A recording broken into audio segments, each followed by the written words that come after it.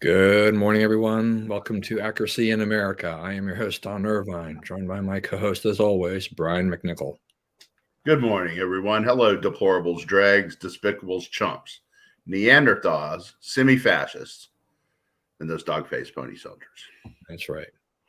So weather's not been too bad. You've been getting in some golf, or I did. I played one of the best rounds of my life last night.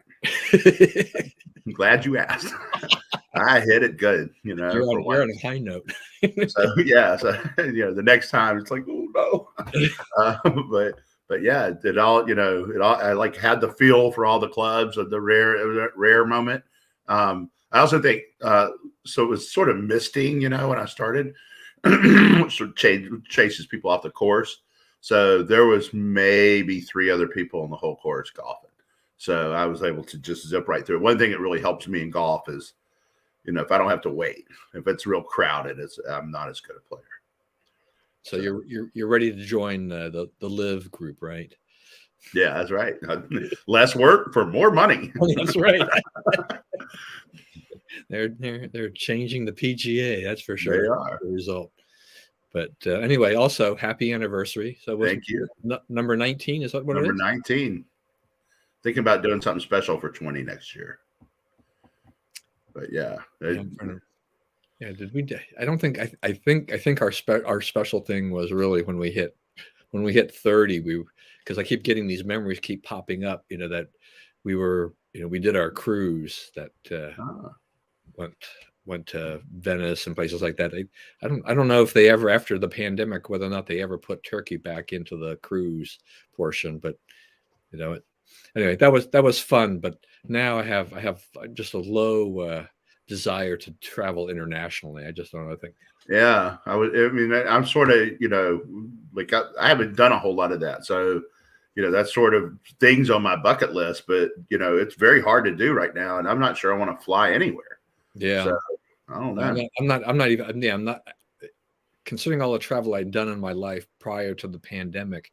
Now I'm kind of like, I just, with fewer flights, and then overseas, there are flights, but they can be very expensive if you want to go to Asia and other places. And you're just kind of like, I don't know, do I really want to go through that? I mean, planes here are more crowded, fewer choices to fly, and you get a cancellation, and you who knows when you're going to fly next. And so I find flying to be, just traveling like that, to be a headache. But sometimes it's the best. It is the easiest way to get from point A to point B. You're not going to find me driving to Utah, so right. I'm going to fly. But I'm not flying anywhere near as much as I used to, and I feel somewhat relieved by that. It drives my wife crazy. I think she wants to go places, and we're not quite on the same page on that. My wife's willing to fly at the drop of a hat, but not me. And that's one thing. Like the 19 years that, like, she puts up with a lot of stuff, like between the coaching and the work and the stuff on the internet and whatnot. It ain't easy being her, man. No, I mean, that's the thing. Our wives put up with quite a bit, right? Yeah, they do. we're lucky men. That's All right. So I mean, we have this ongoing slog, in Ukraine and Russia. But I thought it was interesting because Mitt Romney made a comment about all of this, where he's Putin's aspirations. He tweeted us, "Look beyond Ukraine. He's seeking to reestablish the old boundaries of the Soviet Union and bring more nations under his control. Ukraine must win the war in order to shed Russia's imperial ambitions and halt the rise of autocracy sway on the global order." I'm glad he said that. I mean, I think there's a lot of people thinking like that. Mm-hmm. I certainly have. There's no doubt. Post Trump, that Putin is trying to be very aggressive, and he does have this ambition of basically doing as much as he can to reassemble the old Soviet Union, right? So, right.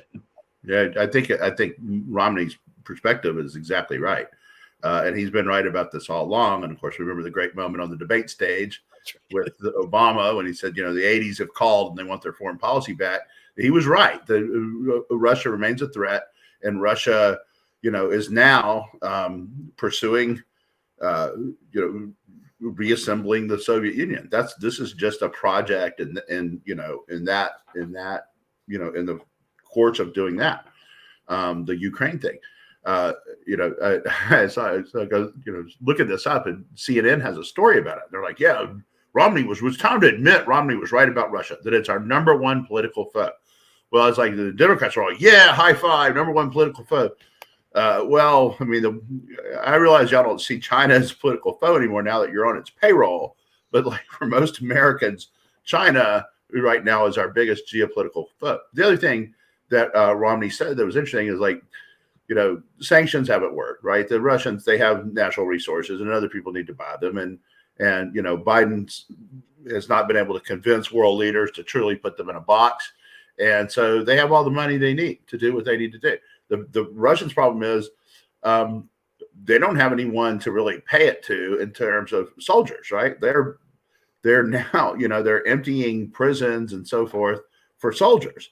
And they're not making any progress, right? They're still fighting for that one town, right? Bakhmut. Now, Bakhmut is in bad shape, but Bakhmut will get rebuilt one day. And I don't know about Russia's military capabilities because, they've really been reduced in this. They've spent a lot of money. They've spent a lot of hardware. They've lost, estimates range to 300,000, 400,000 soldiers, in all of World War II, we lost 155,000, and that was a much bigger, wider war. So now, the Ukrainians are loading up. They're trying to. The problem with it is it's a World War I style war now with trench warfare and so forth. So you have to have long supply lines, and you have to have one side kind of all to yourself of the supply line, so you can keep moving things up and down and keep plugging holes and so forth. So, I mean, there's work to do on it, and it will tax Ukraine's resources. But the Russians, they're in for a fight here, and I think that Romney is right that it's important to keep the pressure on them, to keep making them spend all their money and all their soldiers and all their equipment. Yeah, it's but the thing about it is, okay, it may be militarily a standoff. We can't accept the standoff verdict, right? You still got to get them out of the country. They don't get to keep part of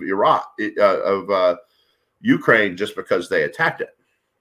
Right. No, absolutely. I mean, that's the thing. I mean, I think Bob's right that, I mean, right now it does seem to be somewhat of a stalemate, and there doesn't seem to be much on the horizon that would change that on the one hand, but that doesn't mean that we should accept that. We need, we have got to get them out of there.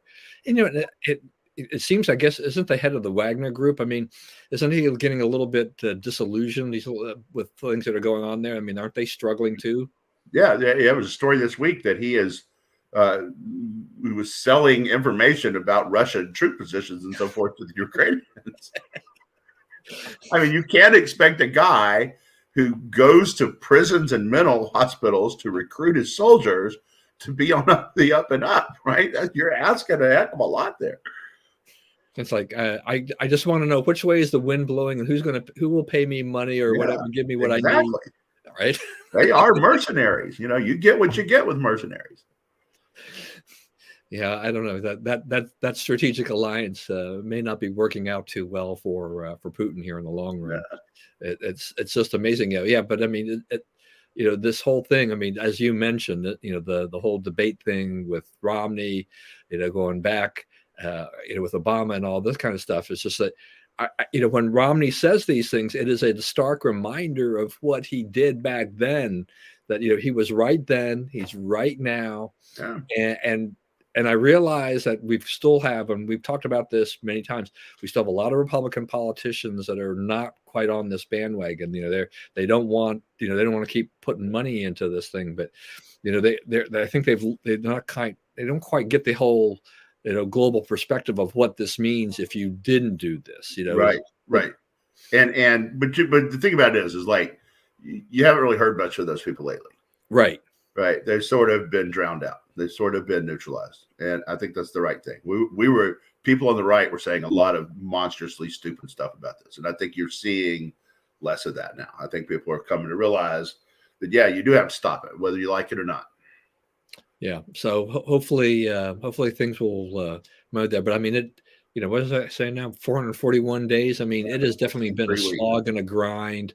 I Yeah, mean, just this every day that this goes on, just makes you wonder exactly what's Russia going to get out of this in the long run, because we talked, I think, at the beginning, right? We thought it was a 2 or 3 day thing. That's what Putin was probably estimating. He'd just go in there, roll over, and he'd capture Ukraine. And it's been almost 450 days, since that yeah, time. I mean, he's stuck there. He's lost a ton of people. He's spent a lot of money, and he doesn't have anything to show for it. at all. That's right. Yeah. So, and then I mentioned, that we had gone to Turkey as part of a cruise. It's been 8 years now. But we had a big election, big presidential election go on in Turkey, and Erdogan did not get to 50%. Right. He fell a little bit short, and this Kamal Kılıçdaroğlu or whatever. Mm. He was out there. I mean, he provided some stark. Here we go. Thanks for giving us that name again, Bob, so Yeah, people know what we're talking about. yeah, Uh, Kılıçdaroğlu. I think it's you don't even pronounce the G on the second part of his name or whatever. okay. Like Erdogan. Uh, but yeah, I mean this is the thing. It's just, I mean, I guess he was about 5 percentage points ahead of the opposition. Now, and then there was a third guy who got about 5%. So they'll have a runoff. I think it was May 28th or thereabouts. It wouldn't take much for Erdogan to get over the hump, but on the other hand, does this also, the fact that this other guy came so close, does that embolden the opposition? And is Erdogan in trouble? Well, we don't know what the guy with the 5% is going to do, because he Right. says he's still listening to both sides, and right. And so, So yeah, who's going to do this? I was going to say, I'm sure he's listening like this, got this ear inclined. Uh, so we'll see what happens on that. It is kind of interesting. I'd be surprised. I mean, it appears that Erdogan picked up momentum as the campaign went along. He was further behind than this until just the last week or so. So I wouldn't be surprised if he legit hangs on and does it. But there is this guy in the middle who is, is like a sort of a pro-freedom candidate, a Christian conservative type of party, I believe. And I don't know about Christian, because Islamic Republic at this point. What he wants to do is to make it unreligious, make it what's the word? I can't think of the word. So remove the religious laws and quit treating it that way and treat it as a normal country like the U.S. And he's the guy with the 5%. So it'll be interesting to see what happens there.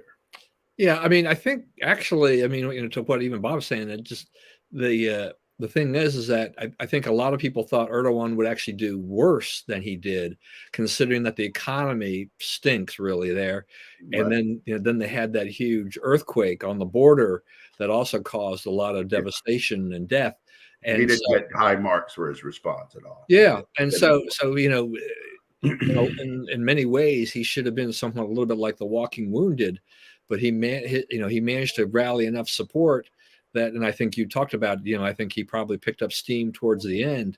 So, I mean, he doesn't need that much to get him over the finish line. I mean, it wouldn't even take many of the supporters of this other guy to decide, okay, I've got the two guys, I'm just going to go with the president because, he may not be the greatest, but he's more of a known quantity for me or whatever. When you're that close to getting your 50%, it's pretty hard to see him not actually retaining the presidency.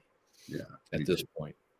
But I don't know. It's interesting because I mean, Thailand also had an election, and this upstart party, gained a lot of seats in their parliament.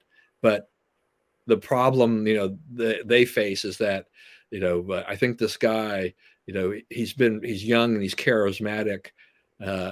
Is that for him, aspirations of being elected the prime minister out of that parliament is going to be near impossible, even though they control the most seats in parliament of any one party, because the military more or less controls the Senate side of it, and all they have to, they can it would take a lot for this other guy to cobble together enough support to overcome and win enough votes to become the prime minister. So, there's a movement afoot, but I don't know that it's more than a movement afoot and whether or not they're going to be able to affect radical change, except it may have shaken up the establishment a little bit. We see this, we see this all over Europe, and we get these other parties come in and they kind of upset the norm, but a lot of times they just don't hold on. They fizzle. Right. There's a lot of value to the two-party system. We get a lot of criticism about it in the United States, and you get to a point where like this presidential election, it's setting up to be a guys with the weapons win. That's pretty much it. A lot of places. That's true USA too, by the way. Let's get a president who was voted out of office and a president who has failed in office running against each other. So this will be an election where people go, well, we wish we had a third choice. And, I gotcha. But the fact is, it works a lot better with only two, right? Because you have to come to two consensus on what it ought to look like. And those are negotiable, right? Within the party and then with the other party of what the vision for the country will be, right? If you're talking about 5 or 7 or 8, you can't get on that one vision as easily. And the factions of the parties just become parties. And here in our case, the factions have to work together. So you do get a leavening, right? So people trash the two-party system, but it's actually one of the real genius things that has happened in America. Yeah, I mean, what's the net effect of a John Anderson, Ralph Nader, Ross Perot running? I mean, in the end. Yeah, that's right. They lose, and they usually take out the candidate that looks sort of mostly like them, right? The one that they probably would have voted for if they weren't running themselves. Yeah, I still think about Ross Perot. I mean, he did all his charts and everything like. I mean, he attracted a lot of attention, but we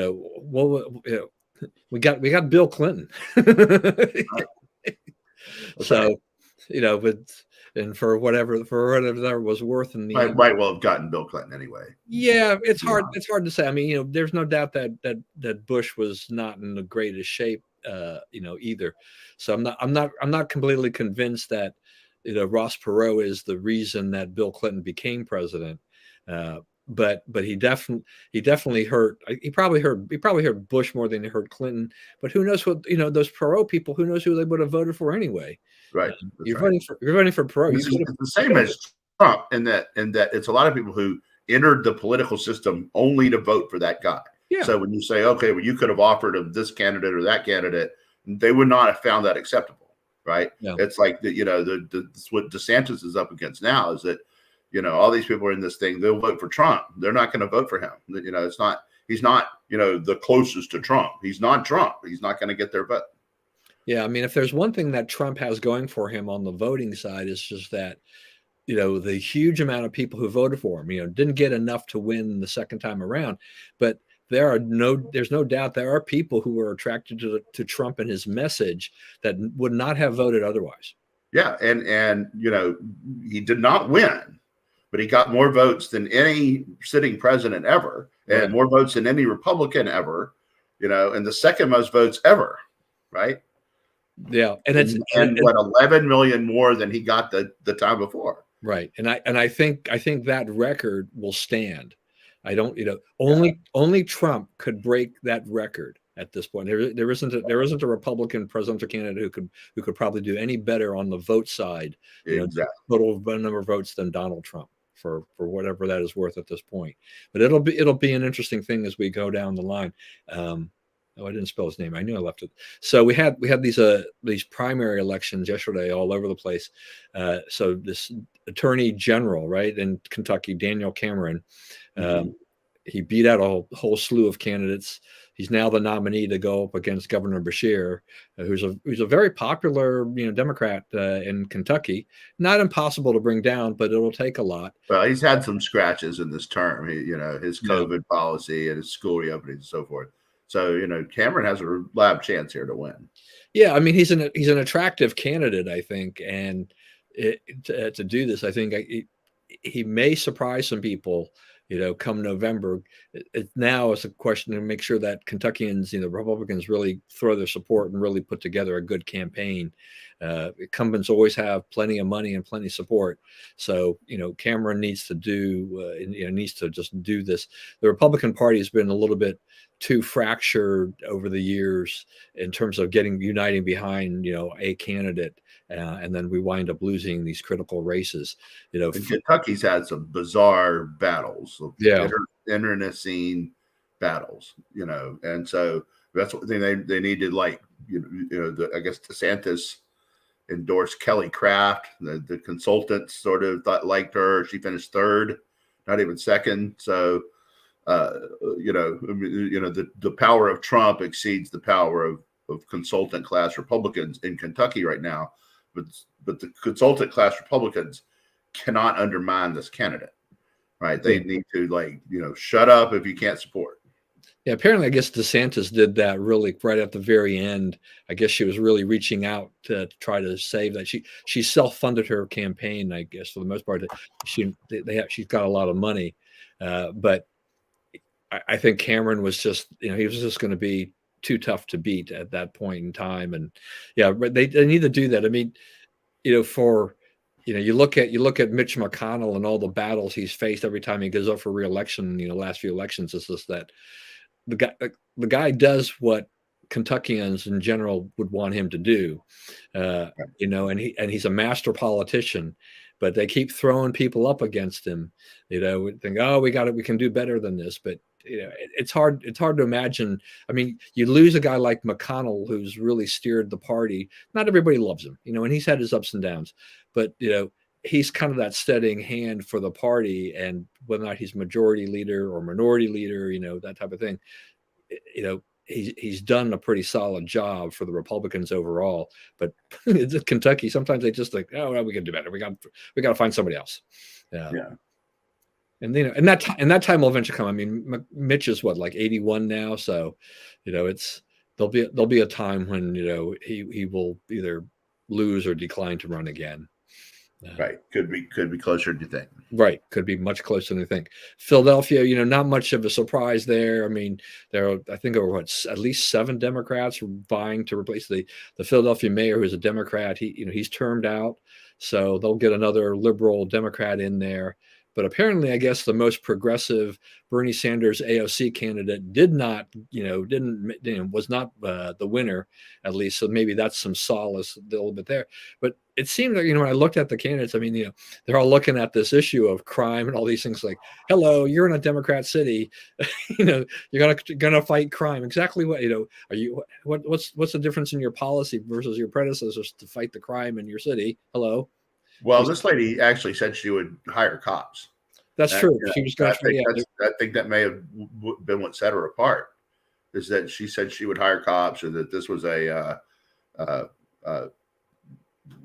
was something we needed to do. It needed to be a priority for the city. Philadelphia's in bad shape. It's not just street crime. It's like you have these long stretches of these big city streets that are nothing but, drunks and drug addicts laid out there. All that kind of stuff. So I don't know. It's interesting. Yeah. I mean, look, I keep thinking about San Francisco. I mean,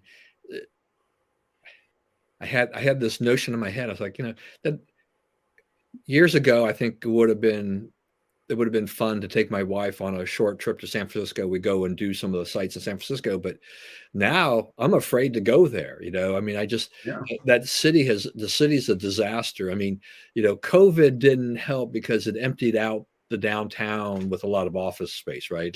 There's not a lot of back to work going on anywhere in the country for the most part. So you have that, but then, you have all this homeless stuff going on there. And then just, all these smash and grabs and the crime. And we see all the the retail establishments are saying, we're done. We're moving to the suburbs. We're just closing up shop here. And it's starting to hollow out San Francisco's downtown core. That's not good. I mean, Yeah. the city has struggled to figure out how to solve this problem. Though I think the mayor's trying, but just is overwhelmed at this point. I mean, and the other politicians are not helping in San Francisco. Right, because they don't. I mean, they don't want the problem solved. They're for this, so which is kind of odd, but they are, and so you have to look at it from that standpoint. That the people, it always makes me laugh. Democrats always go, Republicans. These people are voting against their best interests. Like, how do you know what our best interests are, right? But it just doesn't seem to be in their best interest to keep electing these pro-crime, anti-prosecution people, but that's what they do. So, it's like they say in Alcoholics Anonymous, until you've truly bottomed out, you're not ready to change, right? So they haven't bottomed out. You got to wait for them to bottom out. Yeah, it's it'll happen. I mean, it happened in New York. John Lindsay came along, and then he went away, and it happened again. Rudy came along, and he's gone away, and now, pretty soon you'll be looking at another law and order mayor in New York.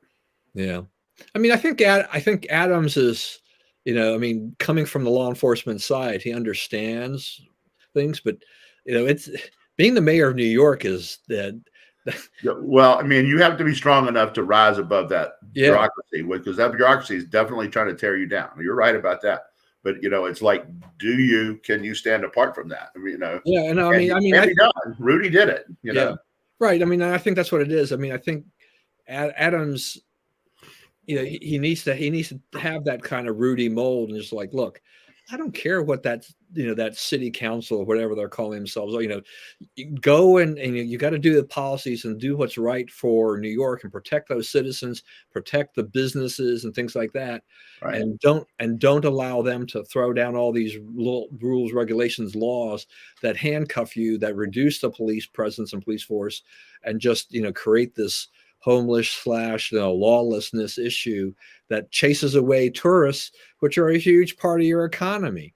Right. So we were talking about this, this guy, Jordan Cherry, right? You've heard about this. So he goes on the subway and he is attacking this woman. He's pulling her hair. He's screaming at her. He's threatening her life. And a dude gets up and says, "No more. You're not going to do that anymore."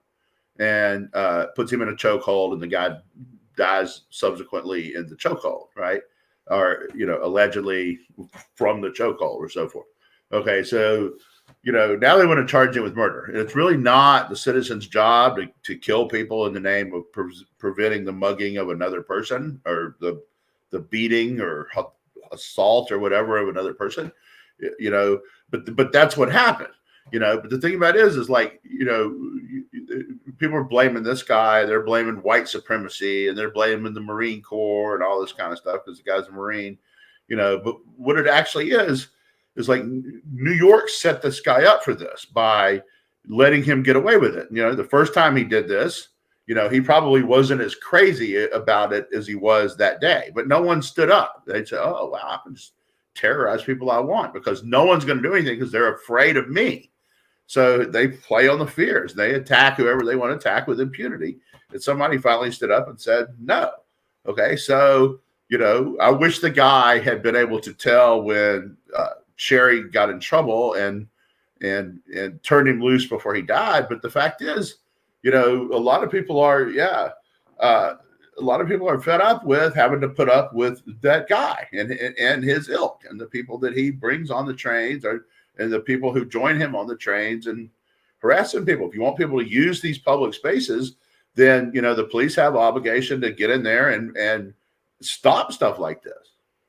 Yeah. I mean, this case, this is still, kind of a result of decades of liberal policies all across the country to take the mentally ill and try to mainstream them and put them into the public, square, in essence.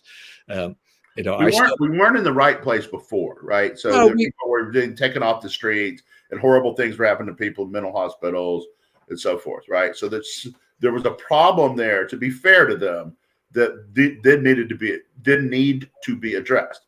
Okay, but what we have done is we said, since we couldn't get mental hospitals right in the 60s, we'll just abandon the whole idea, and the people in the mental hospitals could just take to the streets, and whatever happens, happens. And that's what you have going on, And so these people, they're mentally ill. They can't work. They can't support themselves. Their families have disappeared on them for various reasons.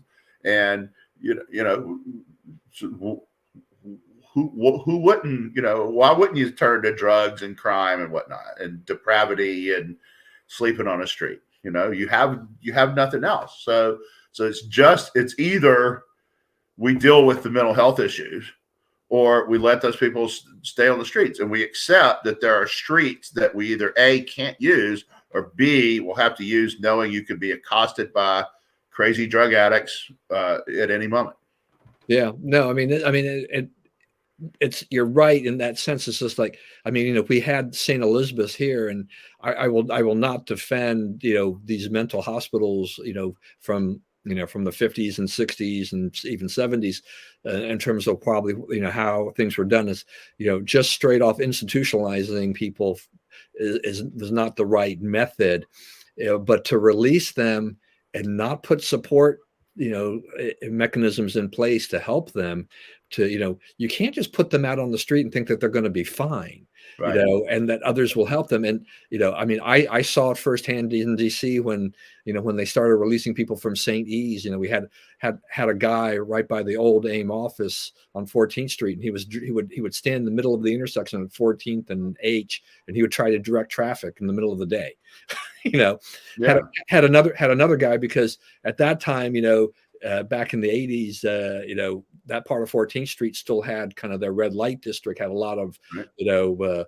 Questionable, the adult bookshops and the bathhouses and strip bars and all that kind of stuff, right on the block, right next up from the office. But I still remember a guy, he came and he smashed out all the windows of the adult, bookstore across the street, catty corner to where our office was. These people needed help, and they didn't get the help. Like this unfortunate guy who died, he also needed more help. There's things that the system did not provide for him. And Bob's saying, American hero, he was protecting others. Right. And when it's unfortunate that this guy died, but the thing is that you charge him with manslaughter or whatever, and you make him out to be this criminal. There are going to be other incidences. This right. is You're telling everybody that rides a train to just, you see someone getting beaten to death, just walk away, because we're not going to help you. Yeah, there's that phrase that goes around, right? See something, say something. Kind of almost like do something. This won't happen. People they may see it, but at best they might actually turn their phone off and film it and try to go viral with it for their own sake. But they're not going to do anything. People are not going to help other people at all when you do this. Right. That's right. It's awful. Yeah, it's a terrible situation with this. All right, so now we're at the part where I think you're going to love it. It's the Durham report. We've been waiting for this for, it seems, forever. It was pretty devastating, but the liberals are just stewing about it. Yeah, so the Durham report comes out, and what it basically says is that the FBI started this investigation knowing it had no evidence. Like they started. And he said, I think the most disingenuous thing I've seen about this, he said, they had there's a preliminary investigation, and then there is an actual what they call a full investigation. Okay, so preliminary, they heard that George Papadopoulos was drunk in a bar and said something to some Australian guy overheard allegedly about the people in the Trump campaign reaching out to Russians. Okay. So that's there. We had enough evidence to start a preliminary campaign. And that's what a preliminary investigation. That's what Ted Lieu said. Well, the report says you had enough to start a preliminary investigation, but they never started a preliminary investigation. They went straight to full on, right? Because they didn't care. They knew the evidence wasn't right anyway. They were trying to get Trump. So they were exposed for doing exactly what people like us have been saying they were doing this entire time, which was concocting the whole story, the entire story, suit to nuts, to get rid of Trump, to knock him out of the 2016 presidential election, to ensure his defeat. The whole Mueller investigation was after he won to try to make him politically nuclear for the 2020 election, right? The whole thing was politically motivated. There was never any criminal facts behind it. Then you still have people coming out, well, he really was, hooked up with the Russians. Well, no, he wasn't really hooked up with the Russians, right? They spent, 4 years, they spent, or 3 years. They spent, they had 50 FBI agents dedicated to this. They had 19 Hillary donating attack dog lawyers. They reviewed 50 million documents in conjunction with this. If it was there, it would have been found.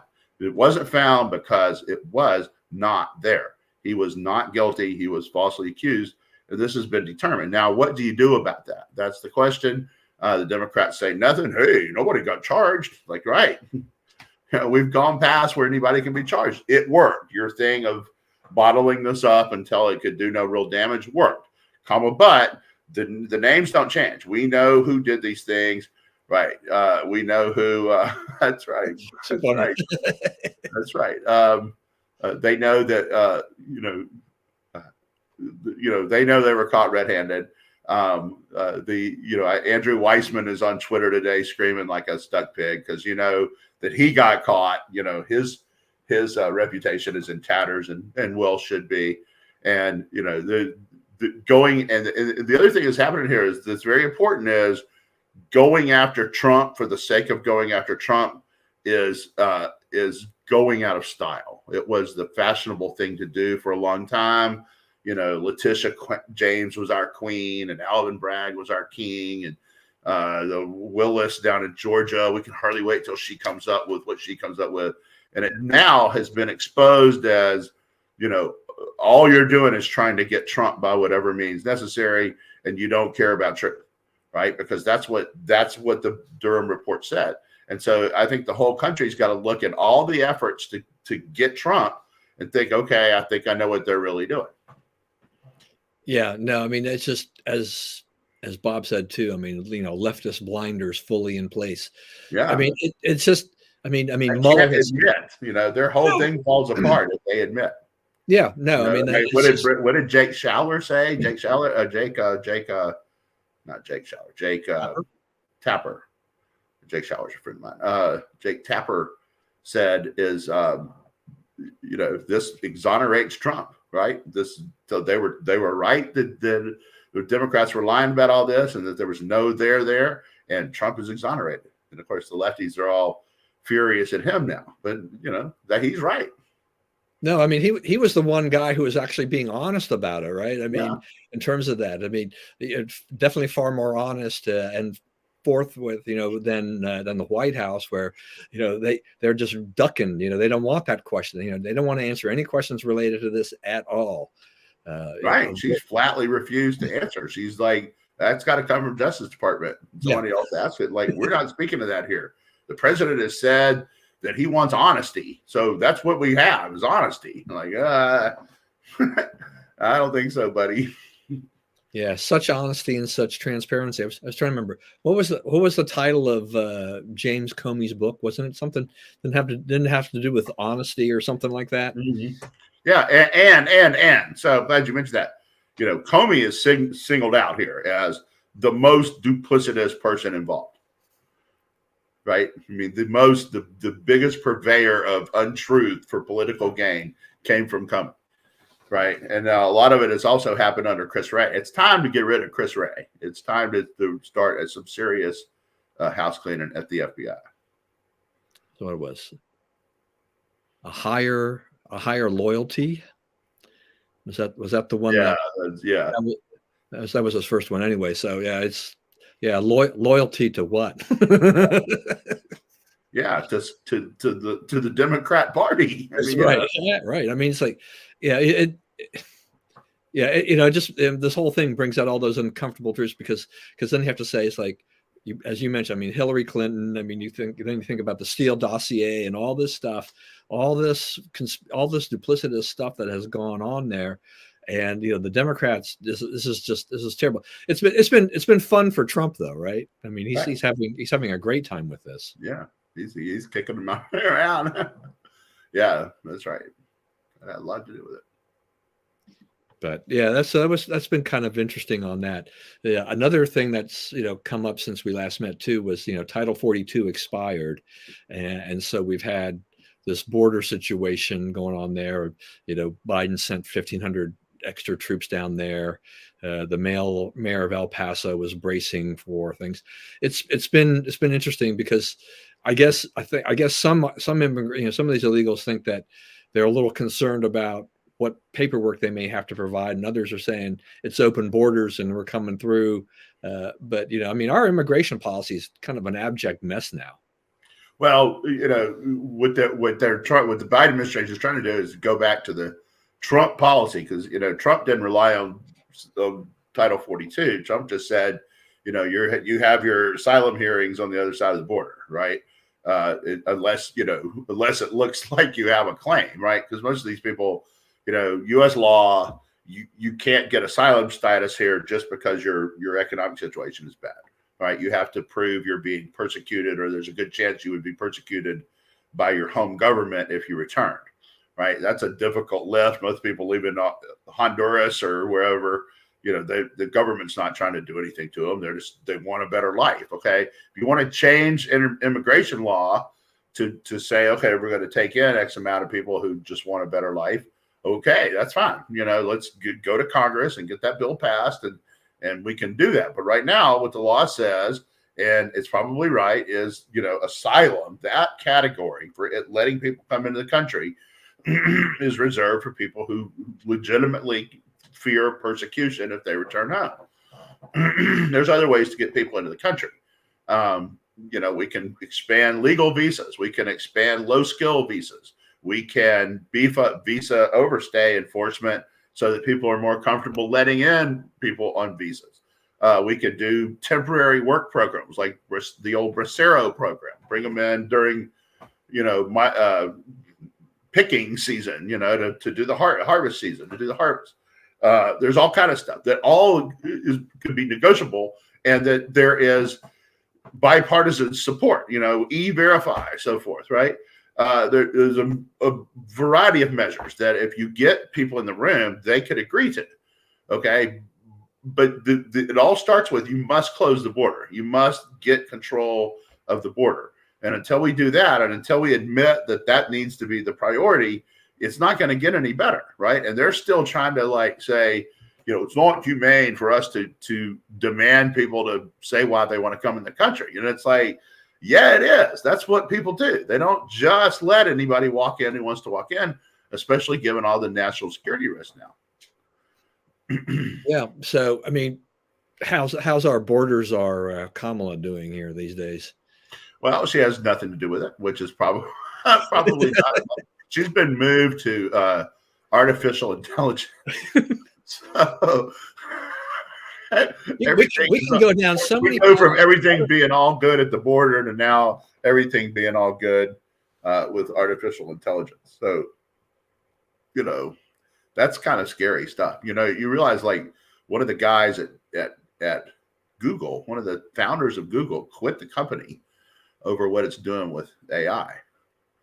Right? They're starting to get. I mean, yeah, he felt that he had to quit that so he could talk about the AI and some of the dangers of AI and things like that. Because people have been falling over themselves, on this AI thing, as if it's like the next, it's the savior. It's going to do so much, but there are a lot of concerns and a lot of issues with AI. That you better watch out for that. It's not the perfect solution at this point. Yeah, I'll give you an example.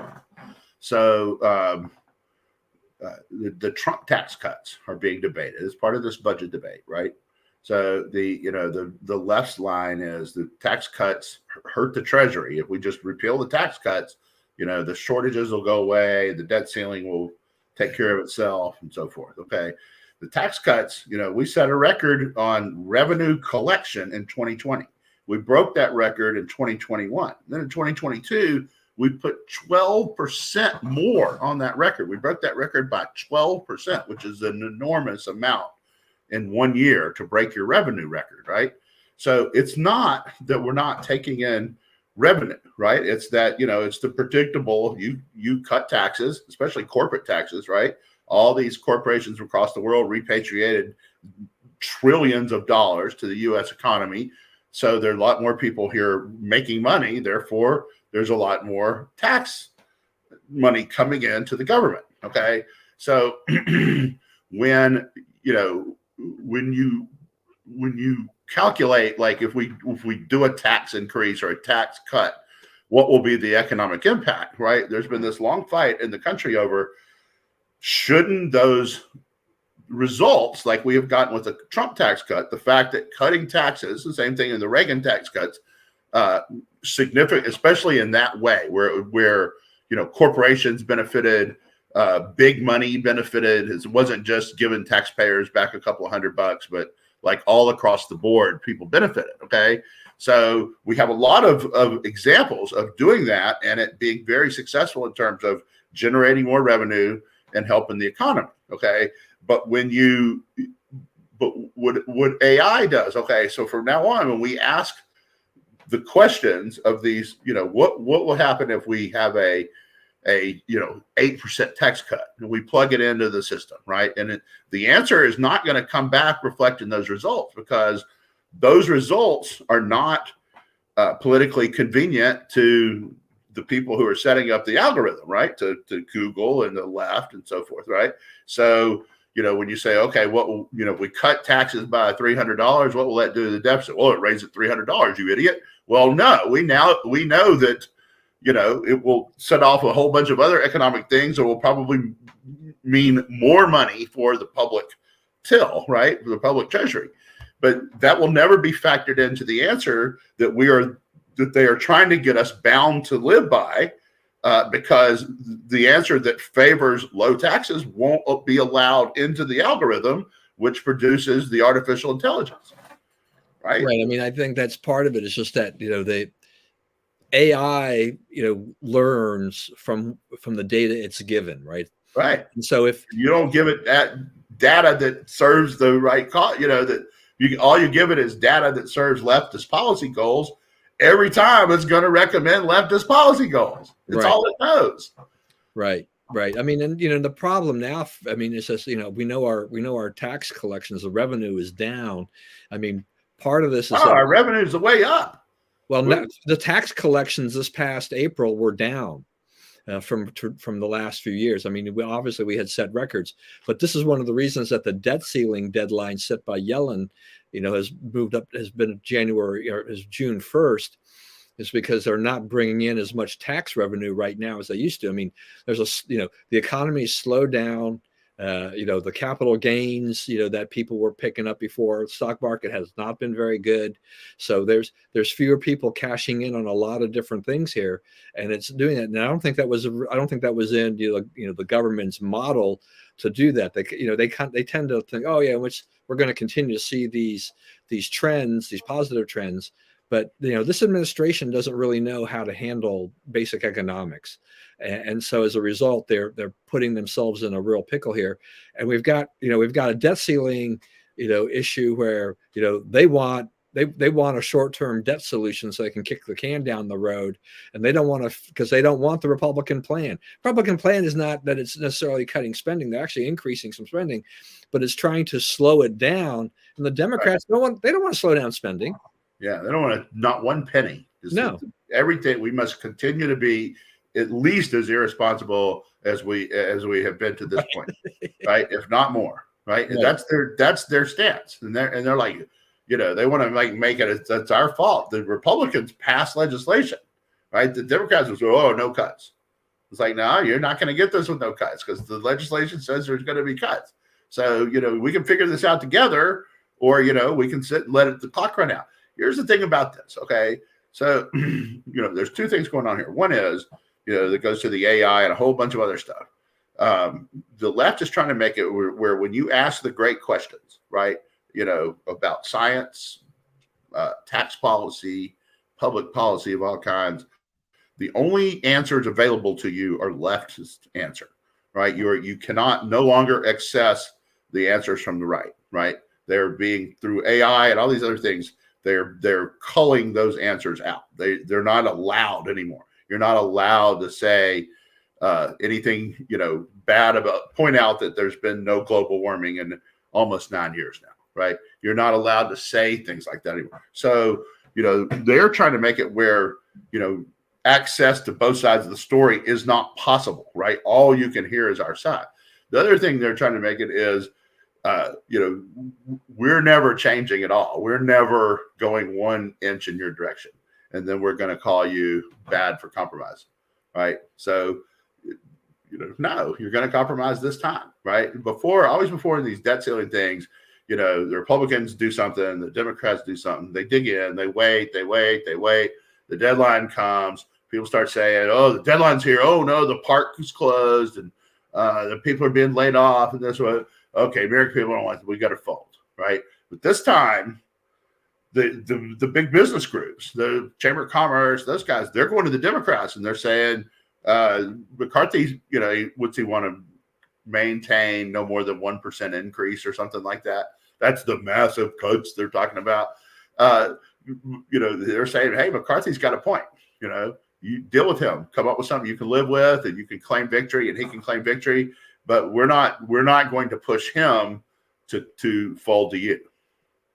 Yeah, you can't tell me that the Democrats in the Senate can't, because they've done this for time and more, to go through and then come up with something that they to compromise on, send that back so they can conference on it and fix this thing and do it, because they've done it forever. They for some reason they've dug in their heels. They think they can make the Republicans the boogeyman on this or whatever, and put all the blame on them. But the Democrats control the White House and they control the Senate.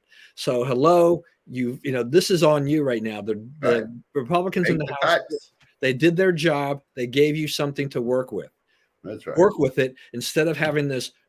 No, we're not talking. I mean, the House and the Senate are only in joints. They're only going to be around for simultaneously for about another week. Based on the calendar. Let's do something. But it's the Democrat. They've been very lackadaisical about trying to sit down and have these talks. Because they think they will win by waiting. Yeah, I think they think the Republicans are going to fold on. I think McCarthy's. He's held firm so far, so good for him. Yeah.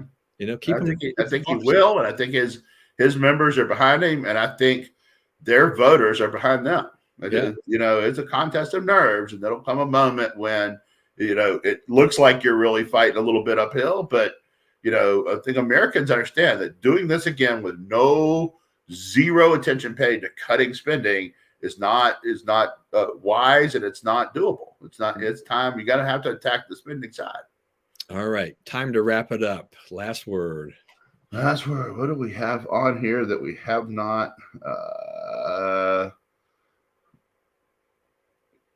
want to say a bit about the CNN, the reaction to, CNN has taken a huge beating from the left over having Trump on this town hall, right? So he's on, what was he on there? An hour and a half, maybe? Yeah. And their whole thing is like, you got to have a reporter on there asking tough questions, interviewing, challenging every word he says. Well, that's not what you would do if Biden was there. You'd just let Biden talk, because this toughness thing only matters to Trump, right? It only matters when you're talking to Trump. You don't have to be tough with any other politicians, just Trump, right? Because he's the one who lies. Right.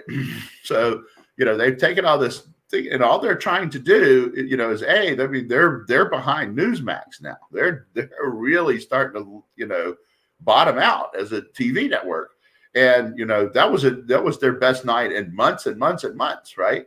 So, they're trying to do something about that. And they're trying to be the news source that is not left-wing hackery. Right. It's like this thing, Durham report comes out, and Nicole Wallace is like, well, it clears the Democrats of everything. It's like, that's a bald-faced lie, Nicole. You know better than that, right? It makes the Democrats look really bad. And no, they're not going to get criminally charged because we all know that's not the way things work in the U.S. anymore. But you know, and I know, and she knows that, you know, what got revealed in that report was very, very bad for them. It destroyed trust in institutions that Americans have to be able to trust. The CIA, the FBI, we can't really watch what they do. We don't even get to see their budget. Their budget's approved in private, right? The CIA, at least, right? So, you know, if we're going to trust Congress to be the only one who knows about them and them to be the only one who tells us anything about what they're doing, right? We don't really get to report on it or anything because it's secret, right? Then we have to be able to trust you not to put your name on letters, you know, attesting to the innocence of people you know are not innocent, right? We have to be able to trust that you will only begin investigations when you have real verifiable evidence. We have to be able to trust that what you say to judges to get FISA warrants is true, right? And right now we're in a position where none of that is true. So, you know, there's a lot of talk about defunding the FBI. I could see defunding CIA. I don't think that'll go too far because it's kind of hard to replace. But, you know, it's time for the American people to get control of those institutions. All right. And with that, we will wrap it up. Thanks, everyone, for joining us again this week. Please, as always, stay safe and stay well. Remember, we live in the greatest country in the world, and do not let anyone tell you otherwise. And God bless America. We're off next week, so we will see everybody in 2 weeks. Have a great week.